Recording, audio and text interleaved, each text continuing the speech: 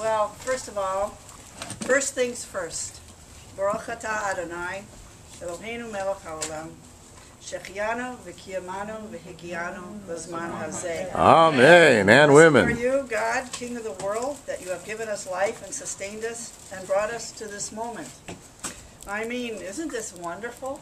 A party with sunshine in the middle of March. And this is not just any party, but a party hosted by the hostess with the mostest, who most of you know as my sister Dara, with the able accompaniment of my brother-in-law Neil, inspired by a suggestion from my dad, and attended by all you dear friends and family, and all to honor the gentlest, loveliest, sweetest woman to walk the face of the earth, my mom. You know, they never tell you in Honoring Parents 101 that if you give a speech for one parent, then you become morally and socially bound to give a speech for the other. So let me tell you what it was like growing up with my mother. Growing up with Mom meant, to paraphrase Shakespeare, accepting the slings and arrows of outrageous fortune with grace and serenity. Her uncomplaining attitude and unwavering inner strength have been models for me throughout my own pain and struggles. Speaking of struggles, try running your homework through Mom's grammar and spelling check.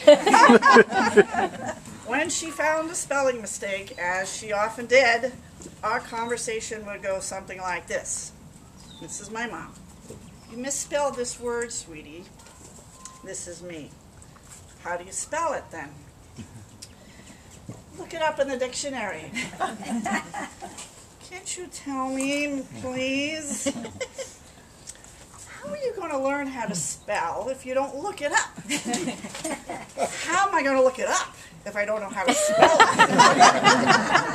To which my mom would respond by smiling that inscrutable Mona Lisa smile of hers and send me on my way. Growing up with Mom meant 5-course gourmet dinners, 5 days a week, all 5 of us eating together as a family. It meant accepting her children's gastronomic mishugash with love. Marn with his microbiotic diet, Dara with her lactose-free foods, and me with going kosher. It meant watching my school pals make faces when biting into their smelly, limp dish rag-looking tuna fish sandwiches, while my tuna fish sandwich looked and tasted freshly made because Mom had taken the trouble to freeze it the night before. Growing up with my mom meant being confronted daily with sensibilities honed in the Great Depression. To find something stored in the garage, you'd have to wade through drawer after drawer of plastic bags, green tie gadgets, paper bags, used aluminum foil, and wax paper.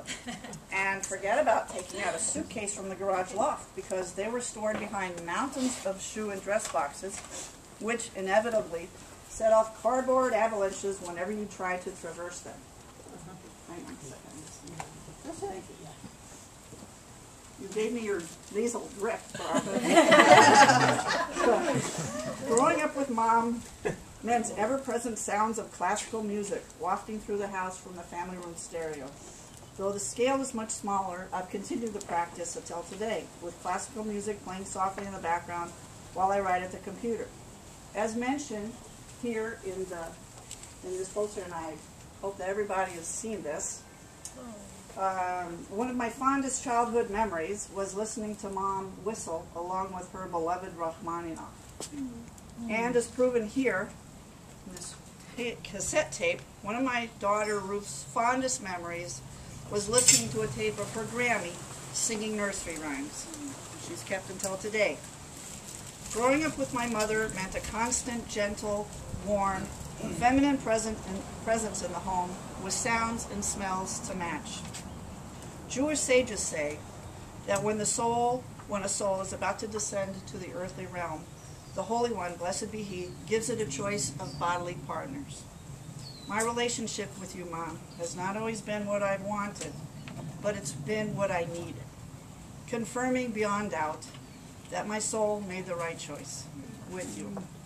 I love you, Mom.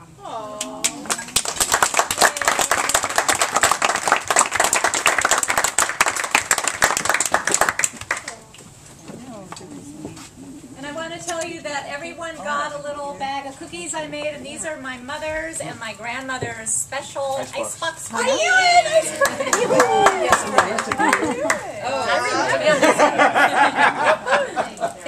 These are.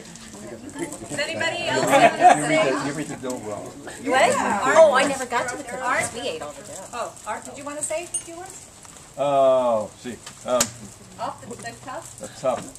I'm the oldest cousin, so I knew Eleanor before she was married. I was at their wedding, about 13 years old, and it was wonderful because when I was a kid growing up, I remember we were just talking about the happy times we had as a family, how the Passover Seders were unique because her grandfather was trained as a rabbi in Europe, and how these Seders went for 2 hours, but the laughing that went on the entire time. And the thing I remember about the Seder, which is funny in a way, is my grandfather's teeth fell out when he was doing the Seder one time. And I was about 8 years old, and to see that was a traumatic, but it was a memory it was good times. I mean, Sam and Ted and my mom and Eleanor, it was wonderful. It was a warm family, and we're lucky, Glenn and I are lucky, we're going to have 17 members of our whole family come together this Passover time, which is great to get everyone together like this.